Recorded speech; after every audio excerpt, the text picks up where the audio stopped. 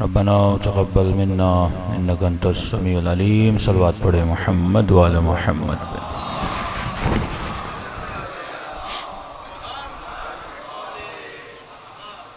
بسم اللہ الرحمن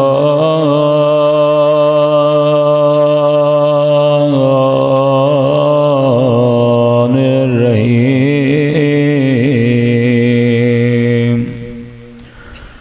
الحمد للہ رب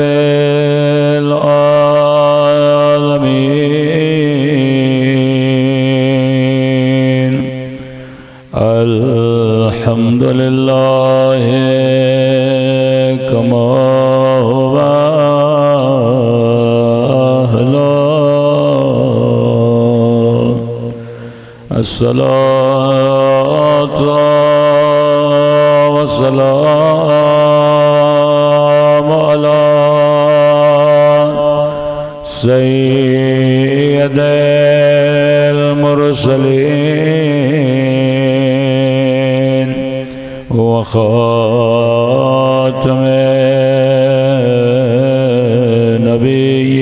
النبيين أبي القاسم محمد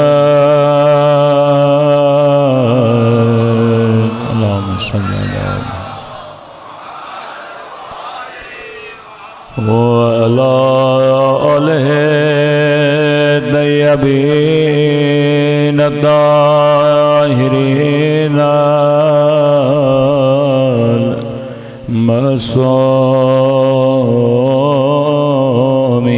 المعصومين. دعا امام زمان. اللهم كل وليك حجت ابن الحسن صلواتك عليه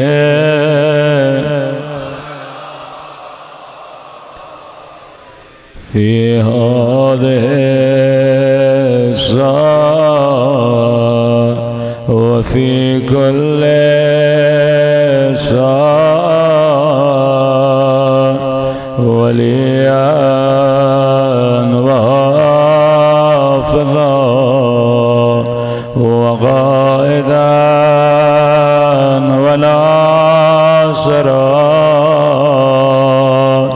ودليلا وعينا حتى تسكنه أرضك طوعا وتمتعه فيها طويلا برحمتك يا أرحم الراحمين. صلوات پڑھے.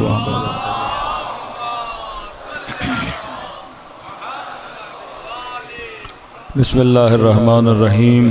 رب اشرح لی صدری ویسر لی امری واحلل عقدۃ من لسانی یفقہوا قولی.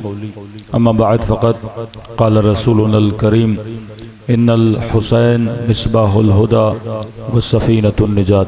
صلوات پڑھے محمد وعلی محمد.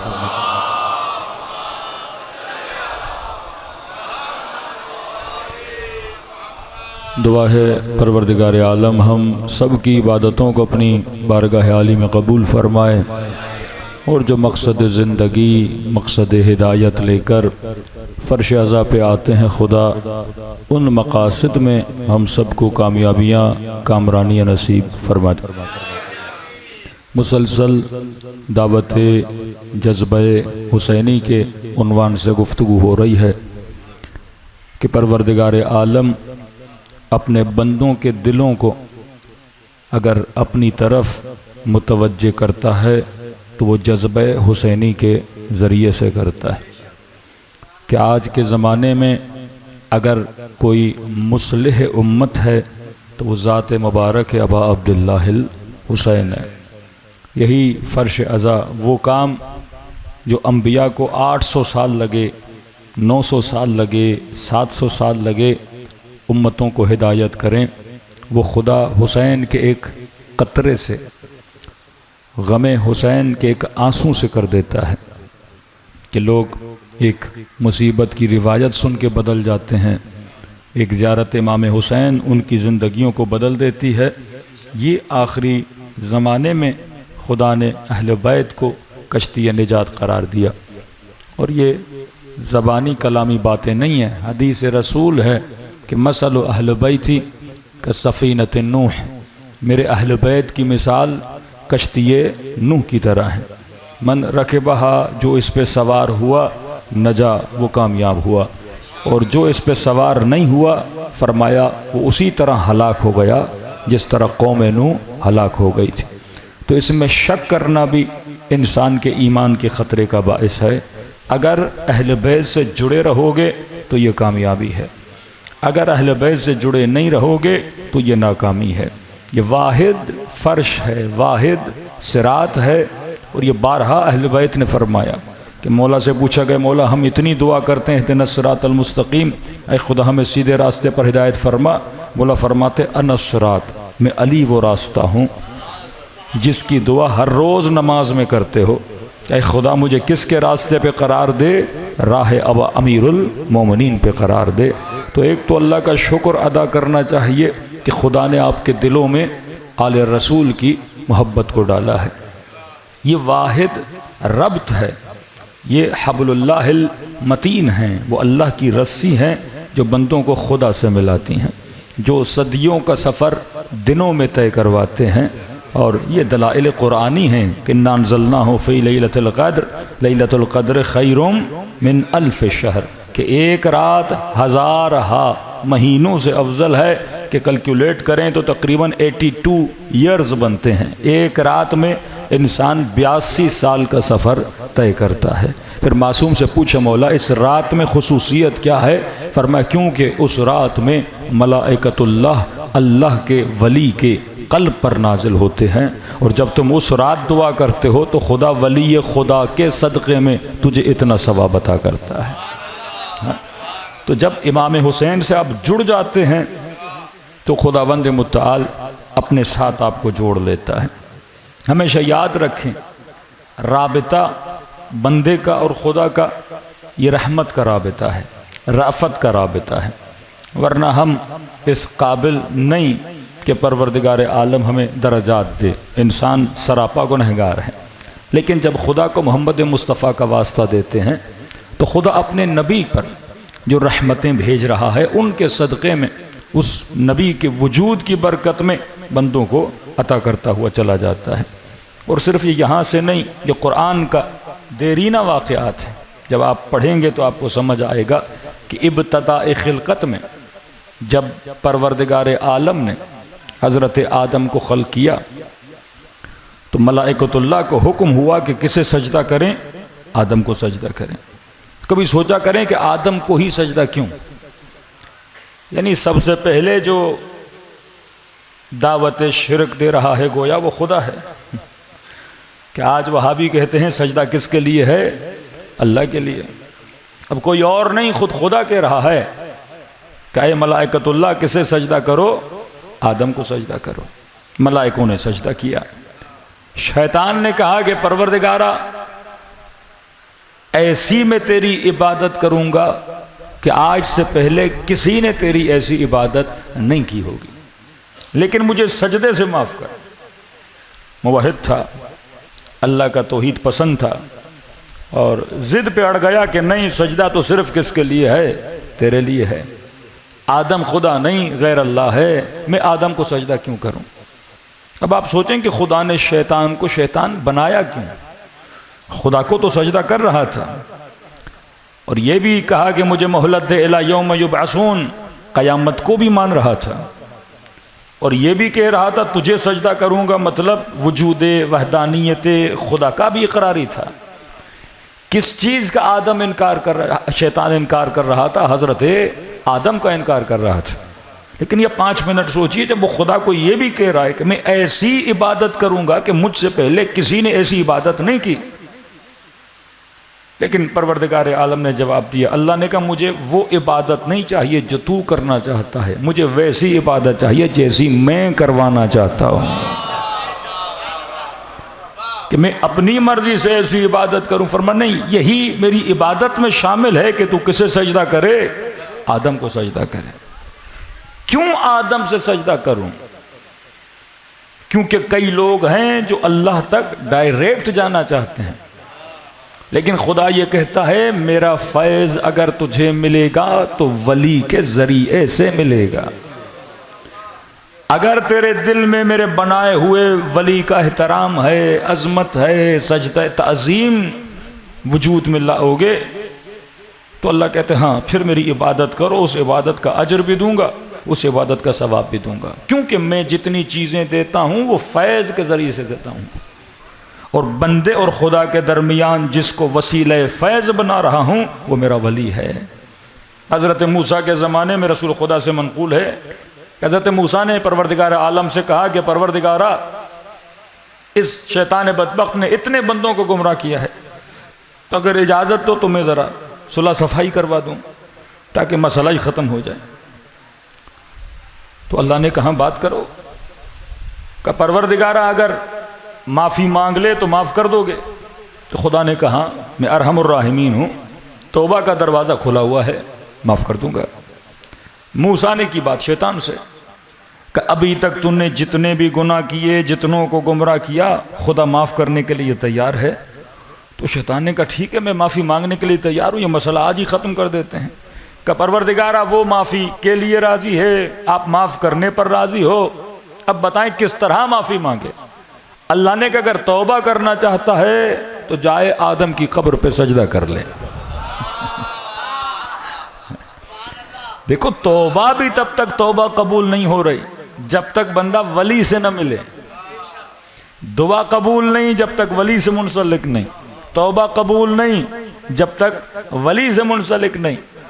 آدم نے کہا، شیطان نے کہا نہیں میں سجدہ تو نہیں کروں گا، اللہ نے کہا نہیں، شروع دن سے میں تجھے یہی کہہ رہا ہوں کہ میرے ولی کو مانو، اب ولی نہیں تو اس کی قبر کو مانو، جب تک وہاں سجدہ نہیں کرو گے میں تمہاری توبہ کو قبول نہیں کروں گا۔ یہ وہ دائرے ولایت ہے جس کو ہر انسان نے ماننا ہے۔ آج فرق شیعہ اور سنی کیا ہے؟ نماز آپ بھی پڑھتے ہیں، نماز وہ بھی پڑھتے ہیں، روزہ آپ بھی رکھتے ہیں، روزہ وہ بھی رکھتے ہیں، حج ہو، زکوٰۃ ہو، خیر و خیرات ہو، سارے اعمال ہم مسلمانوں کے ہیں۔ ہاں فقہی اختلاف ہے، اس میں نہیں پڑھ رہا، اصل عبادت کو سارے کے سارے مانتے ہیں۔ جو سب سے بڑا فرق ہے وہ یہ ہے کہ وہ ولایت کو نہیں مانتے۔ آپ اہل ولایت ہو، اور یہ ولایت بہت ضروری ہے، کیونکہ بندہ اگر خدا سے بندگی کا تعلق بنانا چاہتا ہے تب تک بندہ نہیں بن سکتا جب تک پاک و پاکیزہ نہ ہو۔ اور خدا نے معیار طہارت کن کو بنایا؟ فرما انما یرید اللہ لیذہب عنکم الرجس اہل البیت ویطہرکم تطہیرا۔ صلوات پڑھے محمد والا۔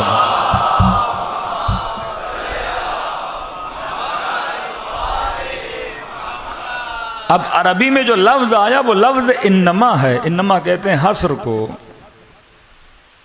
یعنی ایک تو اللہ نے ارادہ کیا کہ اے اہل بیت رسول تمہیں ایسا پاک کیا جائے جیسا پاک رکھنے کا حق ہے، ہر طرح کی پلیدی، ہر طرح کی نجاست کو تم اہل بیت سے، کوئی اور پاک نہیں کر رہا، یہ ڈائریکٹ خدا پاک کر رہا ہے۔ مطلب اس کائنات میں صرف اور صرف 14 ہستیاں ہیں جنہیں ڈائریکٹ کس نے پاک کیا ہے؟ پروردگار عالم نے۔ اب آپ کے ذہن میں سوال پیدا ہوگا مولانا 1,00,000 کم جو انبیاء تھے کیا وہ پاک نہیں تھے؟ تو خدا نے صرف 14 کا ذکر کیوں کیا؟ علماء فرماتے ہیں یہ صرف 14 ہیں جنہیں ڈائریکٹ اللہ نے پاک کیا ہے، ان کے بعد جتنے انبیاء ہیں، اولیاء ہیں، اگر وہ پاک ہوئے تو 14 کے ذریعے سے پاک ہوئے۔ خدا نے عالم ذر میں 14 کی ارواح کو دکھایا، یہاں تک کہ آپ کے 7ویں امام سے 5ویں امام سے غالباً روایت بھی فرماتے انبیاء کو جو درجات بھی ملے وہ معصومین کی معرفت کی وجہ سے ملے۔ وہاں پہ 2 نبیوں کا واقعہ معصوم نقل کرتے ہیں، فرماتے ہیں آدم اولو العزم بن سکتے تھے پر آدم میں عزم نہیں تھا. ہر نبی اولو العزم بن سکتا ہے. تو معصوم سے پوچھا کیا مطلب عزم نہیں تھا؟ کہ خدا نے جب 14 کی ارواح کو، وہاں اجسام نہیں تھے، 14 نور تھے، خدا نے ہر نبی پہ ان 14 نوروں کو ظاہر کیا اور فرمایا جب ہر نور کا نام آتا گیا یہاں تک کہ 14ویں کا نام آیا تو ہر نبی کو کہا کہ تم ان کو مانو گے، قبول کرو گے تو خدا پھر درجات دے گا. تو فرمایا حضرت آدم نے تھوڑی دیر سکوت اختیار کیا اور اس کے بعد کہا کہ ہاں میں مانتا ہوں. فرمایا اس تھوڑی دیر نے اسے اولو العزم نہیں بنایا. اور فرمایا ابراہیم کے سامنے جب 14 کے نام آئے ابراہیم نے فی الفور ہاں کہا تو خدا نے اولو العزم انبیاء میں سے بنا دیا. یہ وہ 14 نور تھے.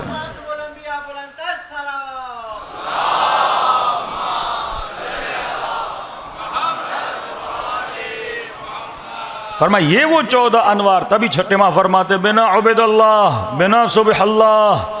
ہمیں دیکھ کر ملائکوں نے عبادت کرنا شروع کی، ہمیں دیکھ کر ملائکوں نے تسبیح کرنا شروع کی. یہ صرف 14 انوار تھے جسے ڈائریکٹ کس نے پاک کیا؟ پروردگار عالم نے. مطلب یہ صرف 14 ہیں جنہوں نے ڈائریکٹ علم کس سے لیا ہے؟ پروردگار عالم سے. باقی جتنی بھی ہستیاں ہیں خدا ان کو جو کچھ بھی دیتا تھا وہ بفیض محمد اور آل محمد عطا کرتا تھا. تبھی ہم کہتے ہیں نوح کی کشتی اگر بھنور سے نکلی تو کس کے صدقے میں؟ آل رسول کے صدقے میں. یوسف کو اگر کنویں سے نکالا گیا تو کس کے صدقے میں؟ آل محمد کے صدقے میں. یونس اگر مچھلی کے پیٹ سے نکلے تو کس کے صدقے میں؟ آل محمد کے صدقے میں.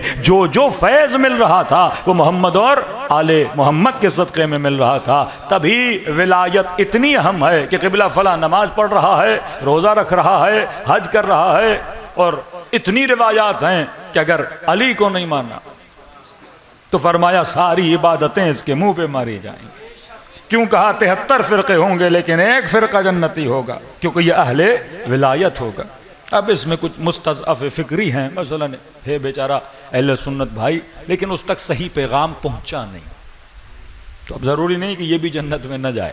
جتنے مستضعف یعنی فکری اعتبار سے جو ضعیف ہیں فرماتے ہیں دل تھا اس کا کہ میں ہدایت پاؤں لیکن صحیح پیغام نہیں پہنچا، مختلف جھانسوں میں آ گیا، زندگی گزار دی. اب یہ عالم برزخ میں جائے گا، پھر عالم برزخ میں خدا اس کو دعوت مقام اہل بیت دے گا. اگر عالم برزخ میں مان لیتا ہے تو خدا اسے بھی جنتی بنا دیتا ہے.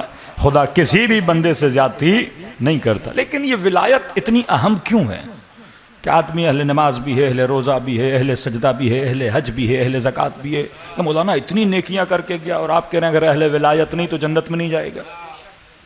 کیوں نہیں جائے گا؟ یہ ولایت کیوں اہم ہے؟ اس کی مثال دے کے سمجھاؤں تاکہ بچے کو سمجھ میں آ جائے. دیکھیے خوارج کتنی نمازیں پڑھتے تھے کہ شاید وہ نمازیں ہم بھی نہ پڑھ سکیں. کتنے روزے رکھتے تھے، 4 گھنٹے نماز شب میں کھڑے ہوئے ہیں. لیکن جہنمی صبح سے شام تک روزے رکھ رہے ہیں، ذکر خدا کر رہے ہیں، 2 دن ہو جاتے تھے، قرآن کی تلاوت جاری ہے، لیکن کہا پھر بھی کہاں جائیں گے؟ جہنم میں جائیں گے، کیونکہ اہل ولایت نہیں ہیں. اس کی مثال سمجھیں. جیسے آپ گھر میں سفرے پہ بیٹھے ہیں، کھانا کھا رہے ہیں. یہ کھانا کیا کرتا ہے؟ آپ کے بدن کو طاقت دیتا ہے. کھانے کا کام ہے بدن کو تنومند بنائے. اب بدن جب طاقتور ہو گیا تو یہ جس نے بدن نے کھانا کھایا، کھانا کھانے کے بعد جب بدن طاقتور ہو گیا، اب بدن کی مرضی ہے وہ اس طاقتور بدن سے گناہ بھی کر سکتا ہے، اس طاقتور بدن سے نیکیاں بھی کر سکتا ہے. اب آپ یہ نہیں کہہ سکتے کہ مثلا اس نے نیاز کھائی ہے تو نیکی کرے گا، یا مثلا عید میلاد النبی کا حلوہ کھا کر آیا ہے تو نیکی کرے گا. نہیں، کھانا کوئی بھی ہو، کھانا اسے نہیں بتاتا کہ تو نے نیکی کرنی ہے یا اچھائی کرنی ہے. یا یہ کہوں یہ آم جو سیب اور سبزیاں جو پھل ہیں یہ انسان کو ڈائریکشن نہیں دیتے. ان کا کام ہے، گوشت کا کام ہے، سبزیوں کا کام ہے، وٹامنز کا کام ہے بدن کو کیا کریں؟ طاقتور کریں. نیکی کرنا، اچھائی کرنا یہ کھانے کا کام نہیں ہے کہ کھانا ایسے بتائے کہ تم نے نیکی کرنی ہے، اچھائی کرنی ہے. تو کھانا کسے طاقتور کرتا ہے؟ بدن کو. لیکن بدن کو ڈائریکشن نہیں دیتا کہ نیکی یا اچھائی. اسی طرح جب آپ نماز پڑھتے ہو، روزہ رکھتے ہو، عبادت، نماز کیا ہے؟ ریاضت ہے، محنت ہے، زحمت ہے. صبح سے شام تک روزہ رکھتے ہو، ریاضت کر رہے ہو نا، بھوک کو برداشت کر رہے ہو، پیاس کو برداشت کر رہے ہو. نماز پڑھتے ہو، ایک ریاضت ہے کہ میری توجہ ادھر ادھر نہ جائے، مرکوز رہے پروردگار عالم پر. زکوٰۃ دیتے ہو، اپنا پیسہ دینا، یہ ریاضت ہے اللہ کی راہ میں. جہاد کرتے ہو، بدن کی قربانی درنا، یہ ایک ریاضت ہے. اب نماز اور روزہ اور عبادت کے رکھنے سے کون طاقتور ہوتا ہے؟ روح طاقتور ہوتی ہے، روح مضبوط ہوتی ہے. لیکن اس روح نے نیکی کی طرف جانا ہے یا برائی کی طرف جانا ہے، یہ نماز اسے ڈائریکشن نہیں دیتی. شمر نے اتنی نمازیں پڑھی، اسے ڈائریکشن کا نہیں پتا. خوارج نے اتنی نمازیں پڑھی، ڈائریکشن، روح مضبوط ہو چکی ہے. آپ کے سامنے کسی بکرے کا سر بھی کاٹا جائے تو آپ سر موڑ لیتے ہیں کہ جناب یہ منظر مجھ سے دیکھا نہیں جا رہا. لیکن خوارج کا عالم یہ تھا، روحیں کیونکہ ان کی اتنی مضبوط تھیں، ایک خاتون کا شکم کو پارا کیا، بچے کو نکالا، ابھی وہ بیچاری زندہ تھی، اسی کے سامنے اس کے سر کو قلم کر دیا.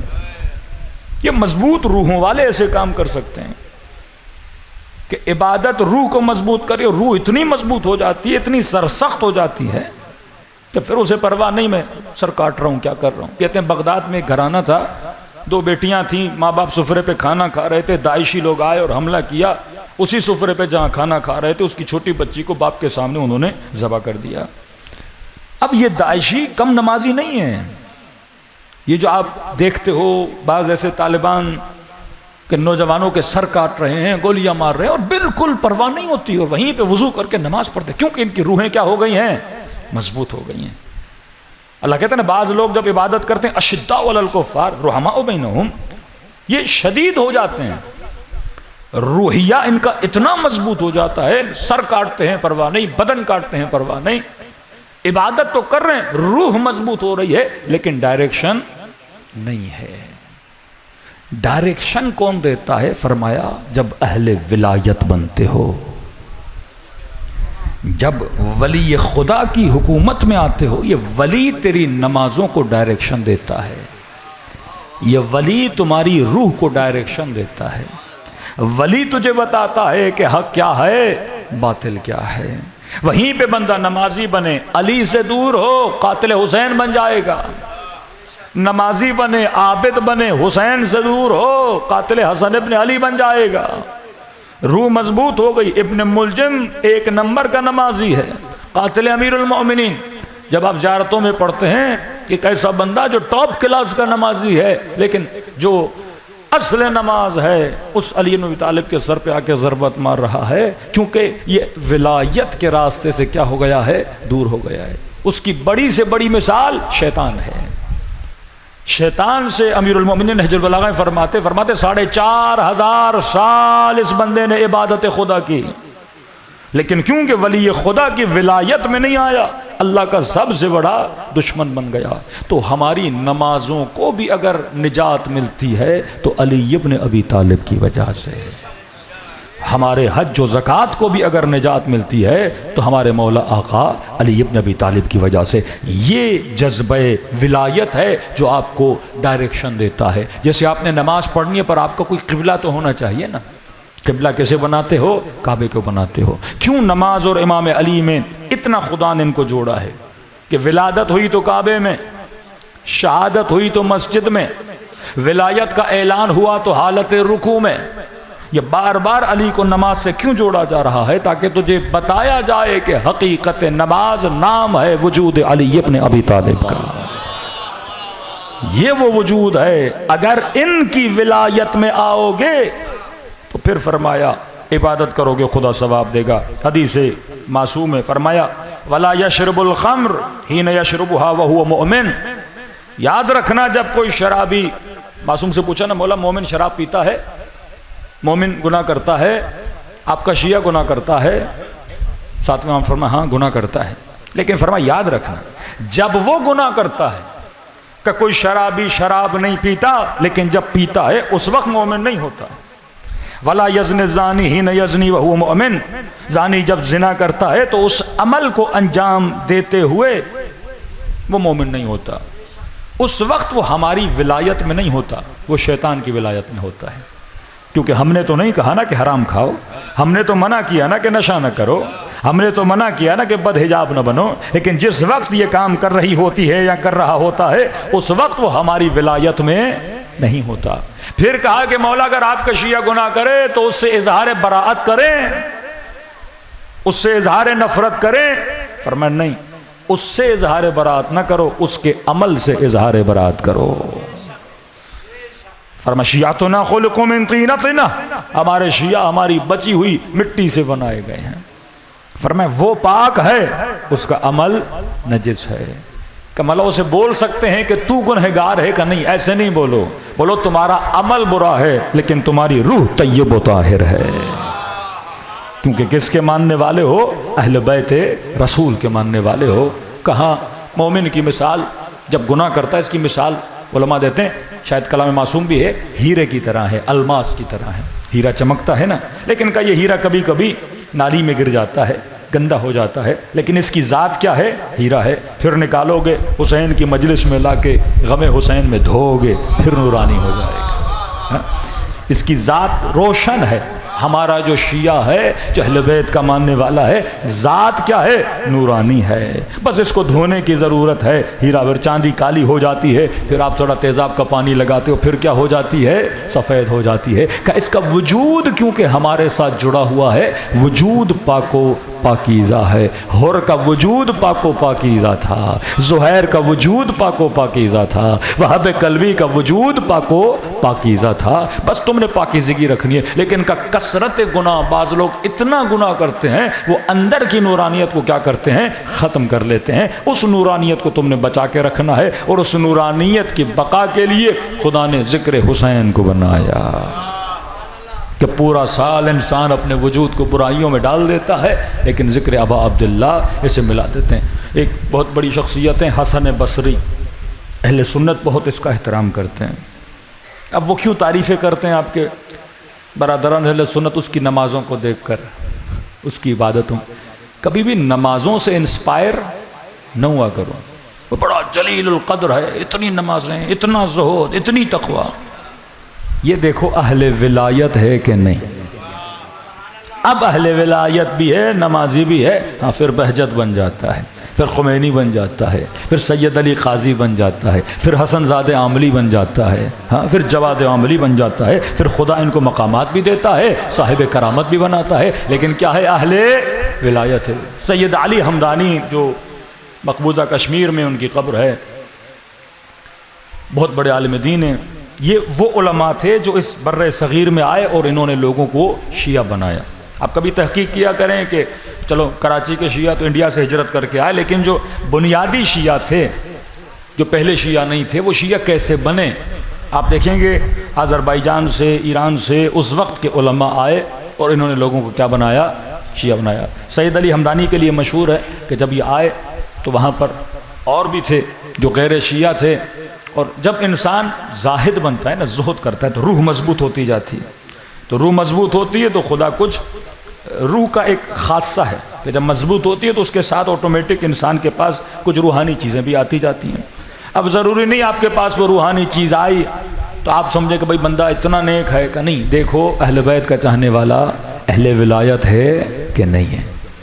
چھٹے امام کا زمانہ، ایک شخص کو لائے کہ مولا اس سے جو پوچھو یہ بتاتا ہے، مسلمان نہیں، اہل ریاضت، روح کو اتنا اس نے مضبوط کیا۔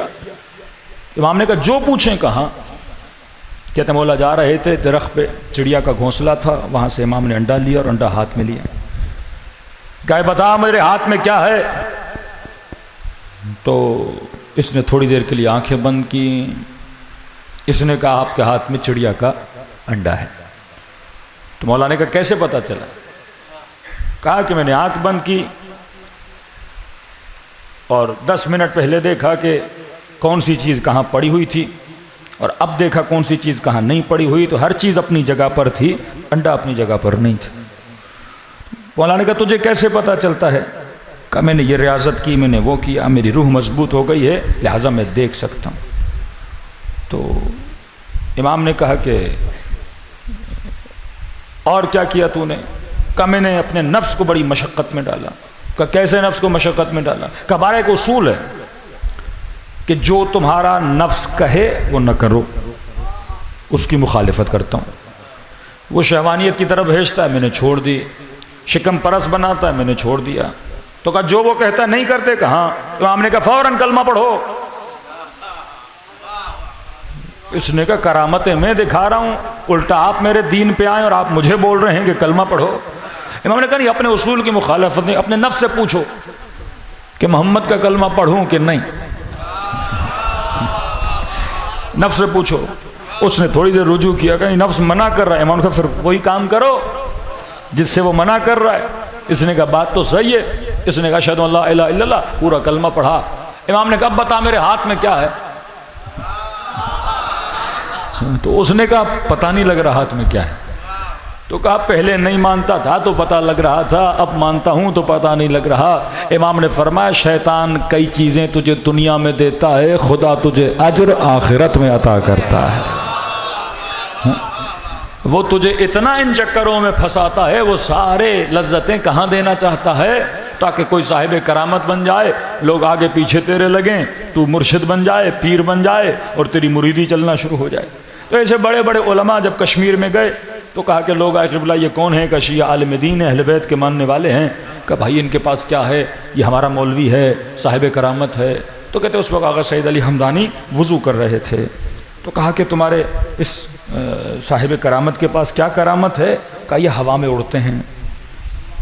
تو کہ ذرا اڑ کے دکھاؤ۔ وضو بھی کر رہے تھے، بات بھی کر رہے تھے، کہ ذرا اڑ کے دکھاؤ۔ تو وہ اڑا اور تقریباً 3-4 فیٹ زمین سے ہوا میں اوپر معلق۔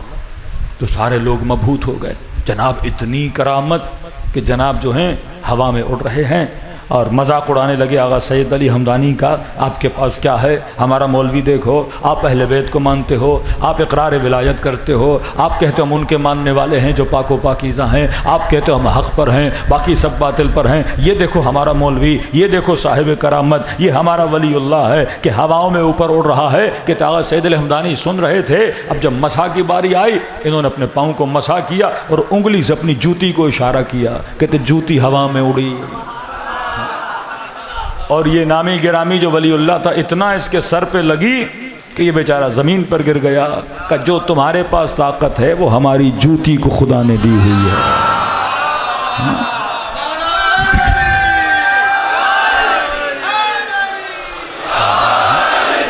کہ یہ مکتب ہمیں ان چکروں کے پیچھے نہیں لگاتا، خدا نے ہمیں محبت محمد و ولایت آل رسول تک۔ اسی طرح حسن بصری اہل سنت کیا بہت آپ سنیں گے، ان کے رند اور ان کے ولی قصیدے ان کے اتنے پڑھتے ہیں۔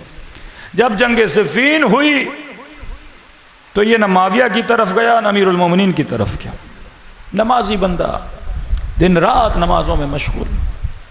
امیر المومنین گزر رہے تھے، حسن بصری وضو کر رہا تھا۔ مولا نے دیکھا وضو کر رہا ہے اور پانی بے تحاشا ضائع کر رہا ہے۔ امام نے کہا حسن بصری اتنا اسراف نہیں کرو۔ اس نے علی بن ابی طالب کو دیکھا، کہا علی مجھے در سے اسراف نہیں دو، میں تو پانی کا اسراف کر رہا ہوں۔ تو نے جنگ صفین میں مسلمانوں کا اتنا خون بہایا، وہ اسراف نہیں تھا؟ الٹا جواب دیا امیر المومنین کو، کہ جنگ صفین میں خون بہایا اسراف نہیں تھا، اتنے مسلمانوں کا آپ نے خون بہا دیا۔ یہ ناز کرتے تھے اپنی نمازوں پہ، ناز کرتے تھے اپنی عبادتوں پہ۔ مولا علی نے کہا اچھا جو خون میں نے بہایا وہ اسراف تھا؟ کہاں پانی، کہاں مسلم کا خون؟ اتنا خون آپ نے، خون ناحق مسلمانوں کا خون بہایا۔ تو مولا نے کہا اگر میں نے خون ناحق بہایا تھا تو چلو معاویہ کی طرف حق تھا تو اس کی طرف چلا جاتا، تو خون ناحق کم بہتا تو معاویہ کا ساتھ دیتا۔ کہاں ساتھ دینا تو چاہتا تھا، میں نے پوری تیاری بھی کر لی تھی، اپنا گھوڑا اپنی تلوار بھی تیار کر لی تھی کہ معاویہ کی طرف جاؤں، لیکن میرے کان میں ایک آواز آئی غیب سے کہ نہ معاویہ کا ساتھ دو نہ علی کا ساتھ دو، جو بھی ان دونوں کا ساتھ دیں گے وہ جہنمی ہیں، لہٰذا میں نے کسی کا ساتھ نہیں دیا۔ تو امیر المومنین نے مسکرا کر کہا تجھے پتا تھا وہ آواز کس کی تھی؟ تو کہا نہیں، کہ آج تک تو نے سوچا نہیں وہ آواز کس کی تھی جس کے کہنے پہ تو نہیں گیا؟ کہ نہیں، مجھے آواز کا پتہ نہیں تھا۔ مولا نے کہا تیرا بھائی شیطان تھا۔ کوئی تیسرا راستہ نہیں ہے۔ امیر الفرمایا، مولا نے فرمایا یا حق ہے یا باطل ہے، پورا قرآن پڑھ دو، اللہ نے کوئی تیسرا راستہ نہیں بتایا کہ تم ایک تیسرے راستے پر چل پڑے ہو کہ نہ میں اس کا ساتھ دوں گا نہ میں اس کا ساتھ دوں گا۔ دوسری طرف ابو موسیٰ اشعری، جس کو خوارج نے حکمیت کے لیے حکم بنایا کہ فیصلہ کرو جنگ صفین کا، یہ بھی ایک نمبر کا نمازی، حافظ، عابد، زاہد، اور جب منبر پر گیا تو عمرو عاص نے کہا دیکھو علی اور معاویہ نے مسلمانوں کو بڑا فتنے میں ڈالا ہے، تو ایک کام کرتے ہیں کہ دونوں کو ہٹا لیتے ہیں، پھر آپس میں فیصلہ کر کے کوئی تیسرا بنا دیں گے۔ کب بات تو بڑی اچھی ہے، یہ بڑے لڑائیاں اور جھگڑے ہو رہے ہیں۔ منبر پر گیا اور ہاتھ میں انگوٹھی تھی، اس نے ہاتھ سے انگوٹھی اتاری، کہ بالکل اسی طرح جس طرح میں ہاتھ سے انگوٹھی اتار رہا ہوں میں نے علی کو خلافت سے اتار دیا۔ اب عمرو عاص کو کہا تمہاری باری ہے بھائی۔ عمرو عاص جب منبر پر گیا تو اس نے پہلے سے انگوٹھی اتاری ہوئی تھی، اور جب بیٹھا تو اس نے پھر انگوٹھی پہنی، کہ میں بالکل اسی طرح جس طرح انگوٹھی پہن رہا ہوں معاویہ کو خلافت پر بٹھا رہا ہوں۔ شور شرابہ ہو گیا۔ اس نے کہا عمرو عاص تو نے مجھے دھوکہ دیا، تم نے کہا دونوں کو ہٹاتے ہیں۔ کہا جو دھوکے میں آئے وہ مسلم کیسا؟ امیر المؤمنین کیوں کنویں میں سر ڈال کے گریا کرتے تھے؟ اہل ولایت کی کمی تھی، ولایت شناسوں کی کمی تھی۔ کیوں رسول بارہا بتاتے رہے کہ اے مسلمانوں یہ نہ دیکھنا کہ حق کہاں جا رہا ہے، یہ دیکھنا کہ علی کہاں جا رہے ہیں۔ کیوں بارہا نشانیاں دے کر انسانوں کے عقل و شعور کو کیا کرتے رہے؟ بیدار کرتے رہے کہ مومن کبھی بھی گھاٹے کا سودا نہیں کرتا۔ یہ روایات یا احادیث کہ تو بغیر امام کے کائنات میں زندگی نہیں گزار سکتا، تبھی حدیث متفق علیہ کے فرماتے یوم ندعو کل اناس بامامہم، قیامت کے دن ہر بندے کو اس کے امام کے ساتھ بلایا جائے گا۔ تیرا امام وہی ہے جس کی تم نے اطاعت کی ہے، جس کے طرز زندگی پہ تم نے عمل کیا ہے۔ پھر حدیث متفق ہے کہ لواء حمد ایک علم بلند ہوگا محمد رسول اللہ کا قیامت کے دن، اور روایت میں کہتے ہیں کہ علم بردار کون ہوگا؟ ذات اقدس علی ابن ابی طالب ہوگی۔ یہ جو حدیث یا علی انت قسیم النار والجنہ، اے علی تو جنت اور جہنم کو تقسیم کرنے والا ہے۔ بعض لوگ یہ سمجھتے ہیں کہ مولا وہاں پہ کھڑے ہوں گے اور کہیں گے تو ادھر جا تو ادھر جا۔ عزیز یہ ایسی تقسیم نہیں ہے۔ قسیم النار والجنت کا مطلب یہ ہے جو علی کا ہوا وہ جنتی بنا، جو علی سے ہٹا وہ جہنمی بنا۔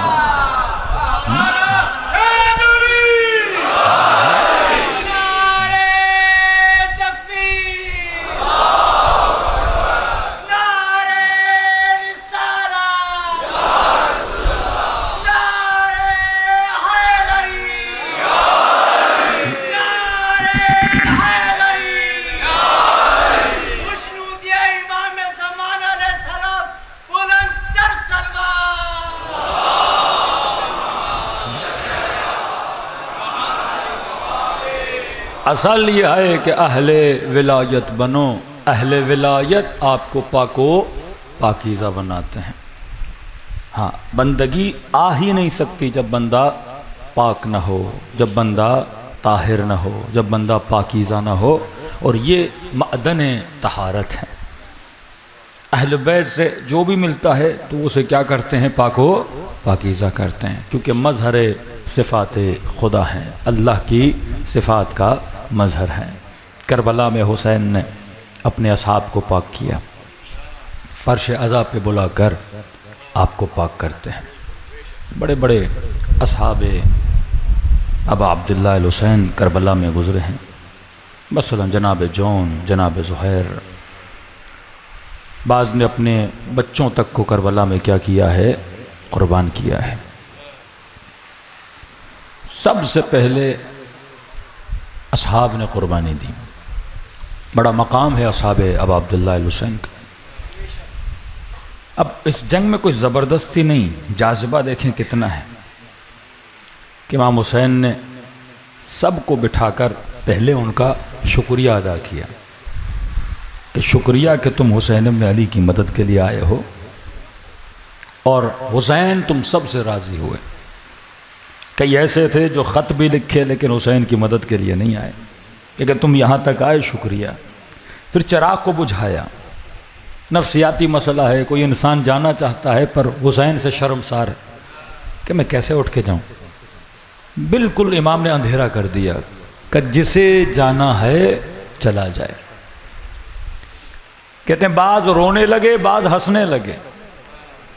جو رو رہے تھے وہ اس لیے رو رہے تھے کہ مولا باتیں کیسی کر رہے ہیں کہ آپ کو چھوڑ کے چلے جائیں، اور بعض مسکرا رہے تھے کہ ابا عبداللہ بھلا آپ کو بھی چھوڑنے کا کوئی سوچ سکتا ہے کہ جنت سامنے ہو اور بندہ جہنم کی طرف چلا جائے۔ پھر یہاں پہ ابا عبداللہ نے فرمایا کہ خدا نے جیسے اصحاب مجھے دیے، نہ کسی نبی کو دیے، نہ کسی امام کو دیے، ایسے صحابی مجھے دیے۔ مولا کا ایک صحابی کہتا ہے شب عاشور چاند نکلا ہوا تھا، روشنی تھی، امام حسین کے خیمے کی حفاظت کے لیے ڈیلی کوئی ایک دو صحابی لگتے تھے کہ کہیں پیچھے سے یزیدیوں میں سے کوئی آ کے اب عبداللہ الحسین کے خیموں پہ حملہ نہ کرے۔ کہتے یہ صحابی آیا، امام کے خیموں کی حفاظت کرے۔ آدھی رات کا وقت تھا، میں نے محسوس کیا امام حسین کے خیموں کی طرف کوئی جا رہا ہے یا نکل رہا ہے، تو جلدی سے میں اٹھا اور میں نے کہا کہیں کوئی دشمن نہ ہو۔ پھر جب غور سے دیکھا یہ کوئی اور نہیں ہے، میرے آقا ابا عبداللہ الحسین ہے۔ مولا تنہا اپنی تنہائیوں میں چل رہے ہیں، تو آہستہ آہستہ میں امام کا پیچھا کر رہا تھا، اس لیے نہیں کہ جاسوسی کروں، اس لیے تاکہ مولا کی حفاظت کروں، کہیں پیچھے سے کوئی اٹیک نہ کرے۔ تو امام نے آواز دی کہ میرے پیچھے کیوں آ رہے ہو؟ تو میں آگے بڑھا، ابا عبداللہ میرے مولا، میرے آقا، مولا آپ کی حفاظت کے لیے آ رہا ہوں، کہیں سے کوئی اٹیک نہ کر دے۔ پیار کرتے تھے امام اپنے صاحب سے۔ کہتے مولا نے میرے ہاتھ کو تھاما اور اسی طرح چل بھی رہے تھے، میرا ہاتھ پکڑ کے کہا دیکھو رات کا وقت ہے، ان پہاڑیوں کے پیچھے یزیدی بھی نہیں ہیں، اب بھی میں حسین تجھے اجازت دے رہا ہوں، جانا ہے چلے جاؤ۔ میں خود تمہیں بول رہا ہوں، جانا ہے اپنے بچوں کی طرف چلے جاؤ، کیونکہ کل کوئی بچنے والا نہیں ہے، کل سب کے سب شہید کر دیے جائیں گے۔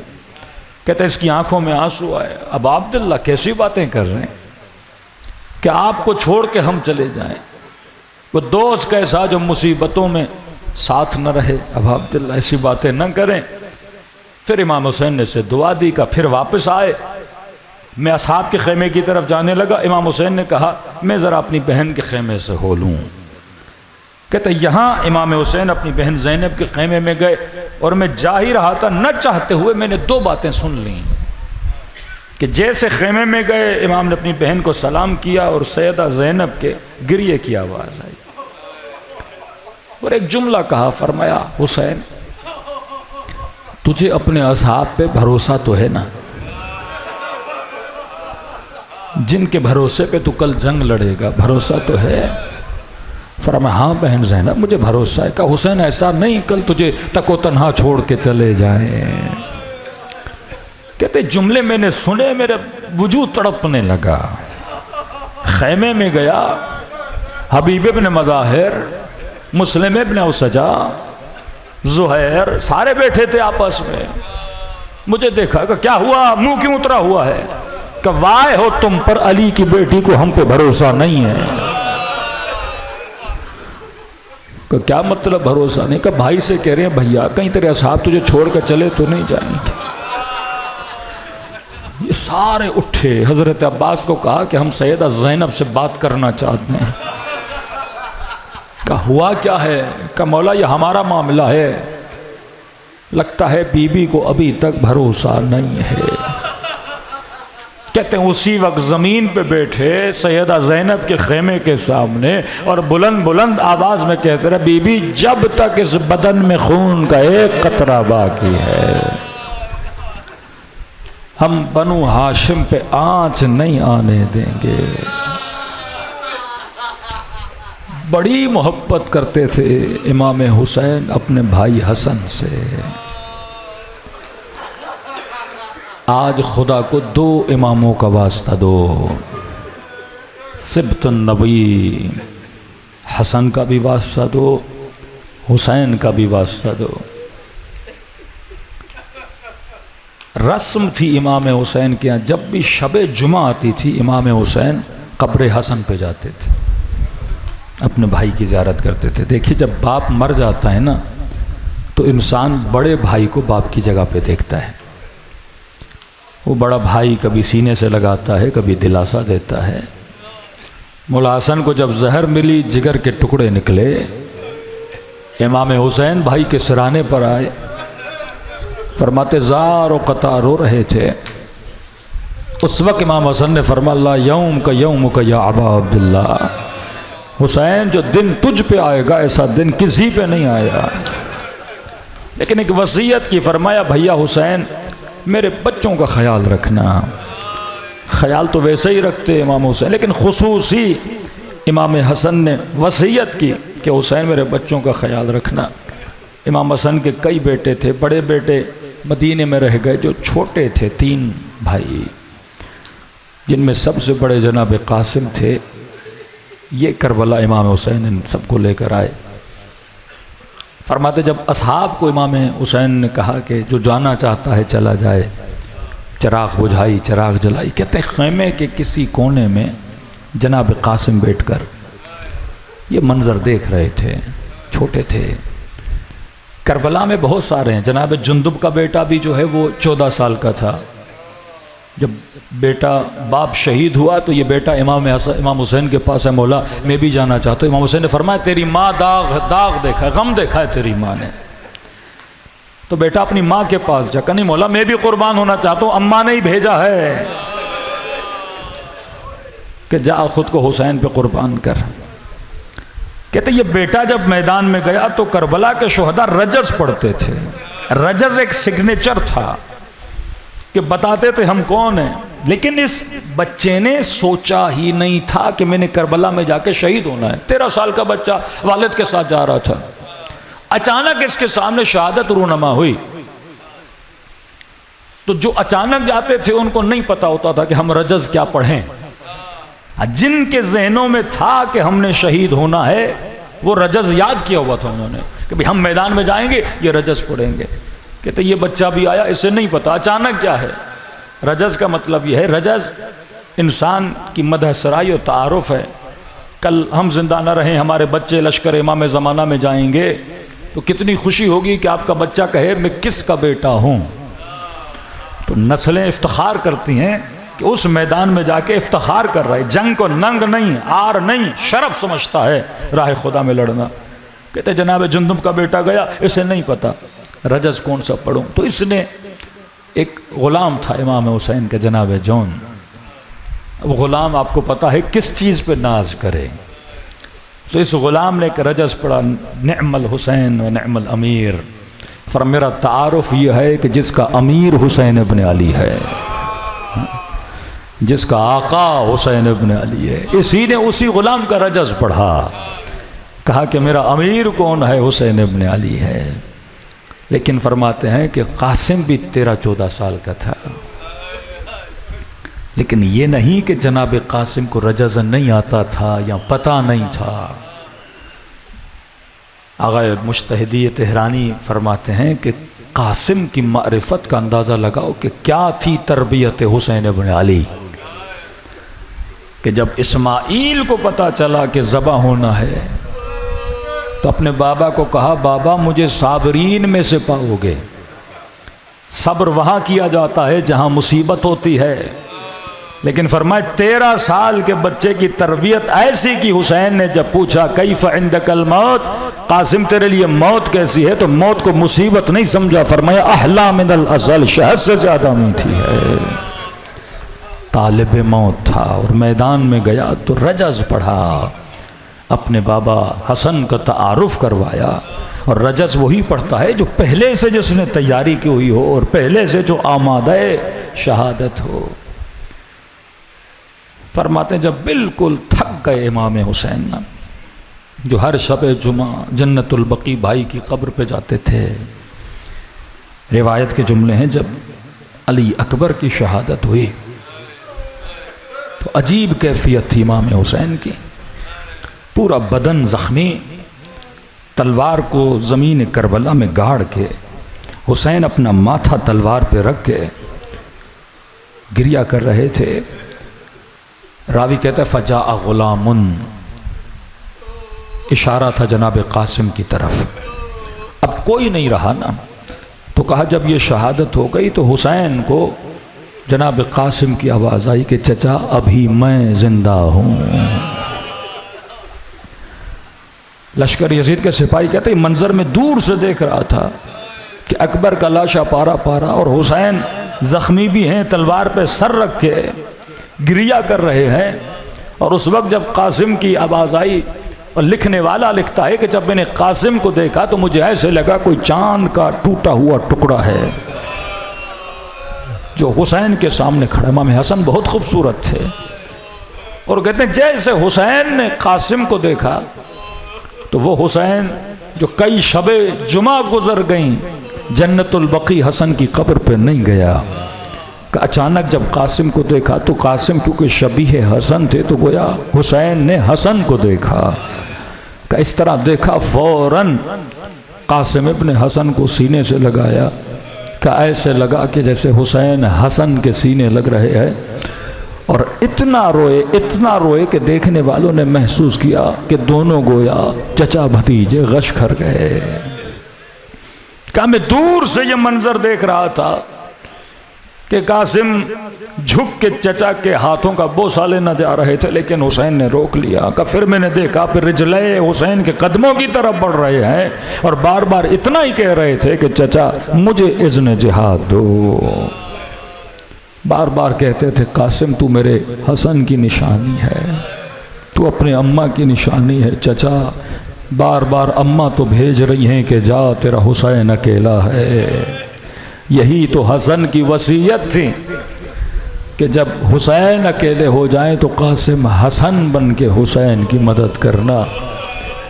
میرے عزیز، قاسم وہ نشانی حسن ابن علی ہے جس پہ کربلا کی ہر ماں نے گریہ کیا ہے، اور کم سن ترین 13-14 سال کا بچہ جب اذن شہادت ملا تو امام حسین نے فرمایا کہ عباس قاسم کے لیے زرہ ڈھونڈ کے لاؤ۔ غازی عباس کہتے ہیں ہر خیمے میں نے ڈھونڈا کہ کوئی مجھے ایسا زرہ ملے جو قاسم کے بدن پہ فٹ ہو، لیکن کوئی ایسا زرہ نہیں تھا۔ یہ کربلا کا واحد شہید ہے جو بغیر زرہ کے میدان کربلا میں لڑنے گیا ہے۔ یاد رکھنا زرہ اسی لیے پہنا جاتا ہے، زرہ تیروں کو روکتا ہے، زرہ نیزوں کے زخموں کو روکتا ہے، کہ کربلا کا واحد شہید ہے جو بغیر زرہ کے میدان میں گیا۔ اتنا چھوٹا تھا خود گھوڑے پہ بیٹھ نہ سکا، حسین نے اٹھا کر قاسم کی نشانی کو گھوڑے پہ بٹھایا۔ دلوں کو کربلا کی طرف روانہ کرے، ایسے سلام کرو جیسے قاسم کی ماں نے حسین کو سلام کیا۔ السلام علی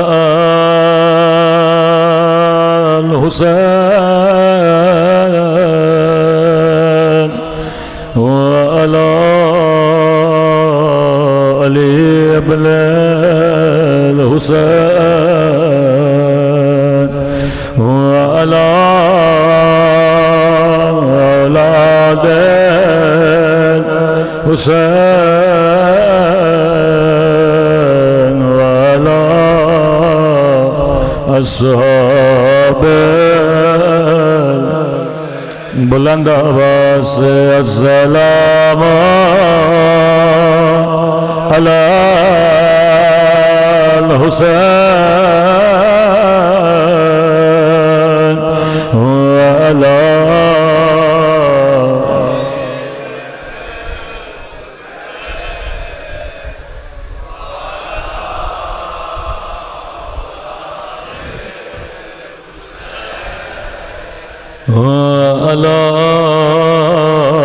اصحاب الحسین بلند آواز سے السلام علی حسین والا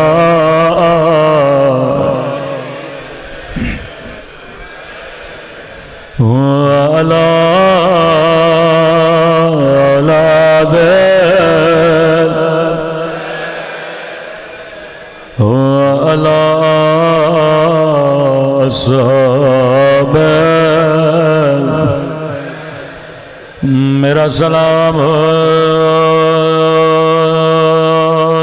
کربلا کے اس شہید پہ جس کے دائیں طرف کی پسلیاں بائیں طرف چلے گئے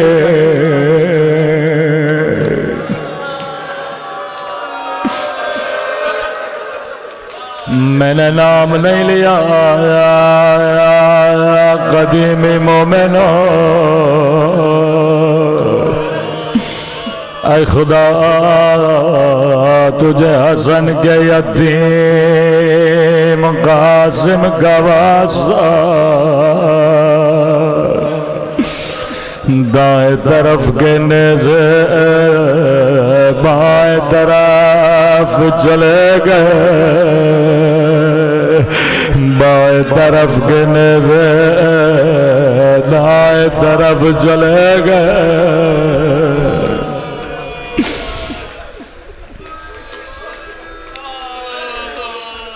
کربلا کا واحد شہید ہے جس کی پسلیاں توڑی گئی روایات کے مطابق کچھ شہداء کی پسلیاں توڑی گئی ایک بدن اطہر ابا عبداللہ الحسین لائیں کہتا ہے ابن سعد جب میں نے حسین کے بدن پہ گھوڑے دوڑائے میں نے پسلیاں ٹوٹنے کی آواز سنے حسین مولا کی پسلیاں بھی ٹوٹی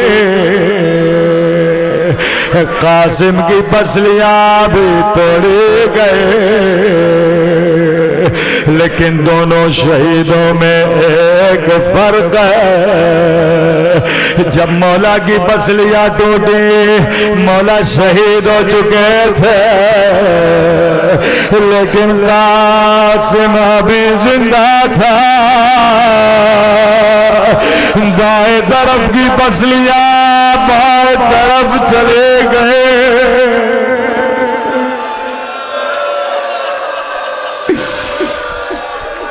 دو ہی بچے ہیں جن کی جناب سیدہ سے شباہت ہے ایک 4 سالہ سکینہ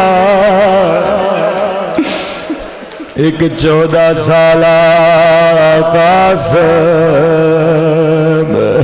سیدہ کی پسلیاں بھی توڑی گئے قاسم کی پسلیاں بھی توڑی گئے کربلا کا ہر شہید جب گھوڑے سے گرا امام حسین کو آواز دیے تھے لیکن راوی کہتے ہیں قاسم اتنا چھوٹا تھا جب گھوڑے سے گرا آواز دے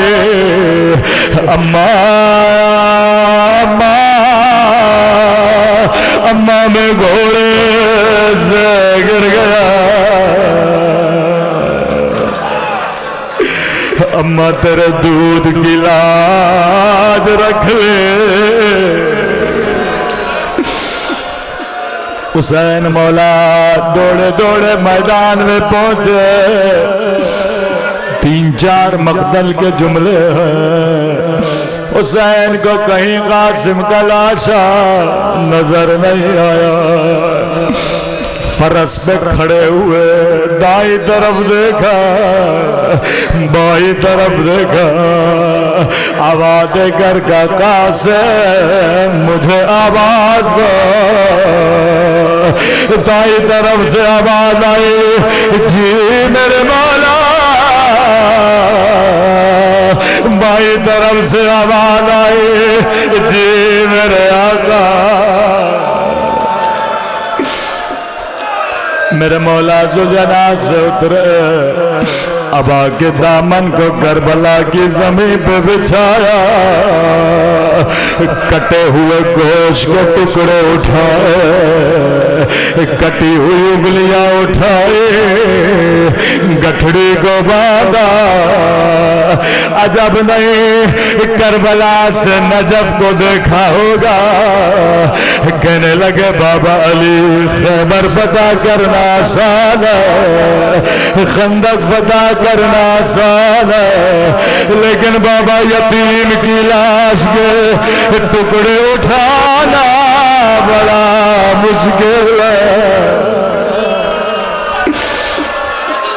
گٹھڑی کو کاندھے پہ رکھا خیمے کے در سے آواز دی اما فضا ذرا بہن زینب کو بلانا لیکن ماں کو نہ بتانا برداشت نہیں کر پائے گی بی بی زینب خیمے کے در پہ آئے فرمایا بہن زینب قاسم کا لاشا لایا ہو بی بی زینب نے کہا حسین تیرے ہاتھ تو خالی ہے وہ لاشا کہاں ہے فرمایا زینب یہ جو گٹھڑی میری پیٹھ پہ دیکھ رہی ہو اس میں قاسم کی لاش کے ٹکڑے ماتم حسین